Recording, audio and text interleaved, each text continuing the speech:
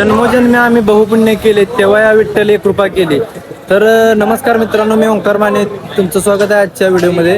तर मी आणि चैतन्य आज आलो होतो एकादशी निमित्त प्रदक्षिणाला. आणि इथं आलो, नामदेव दर्शन घेतलं, संत चोखामेळा महाराजांचं दर्शन घेतलं. आणि बघतो तर काय डायरेक्ट दर्शनाची लाईन चालू होती बघा. इथून तुम्ही बघू शकता, इथून मुखदर्शनाची लाईन चालू असते नेहमी.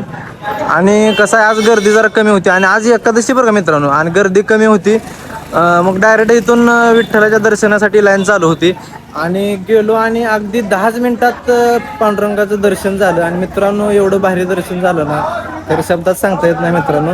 आणि आमचं खरं भाग्यच की आम्ही ह्या पंढरपूर तालुक्यामध्ये जन्माला आलो. कारण आम्ही इथं रात्री जर 10:30 वाजता आलो आणि आधार कार्ड जर दाखवलं, आधार कार्ड दाखवून लगेच आम्हाला डायरेक्ट मंदिरात प्रवेश असतो. कारण स्थानिकांना तसं सुविधा आहे इथं.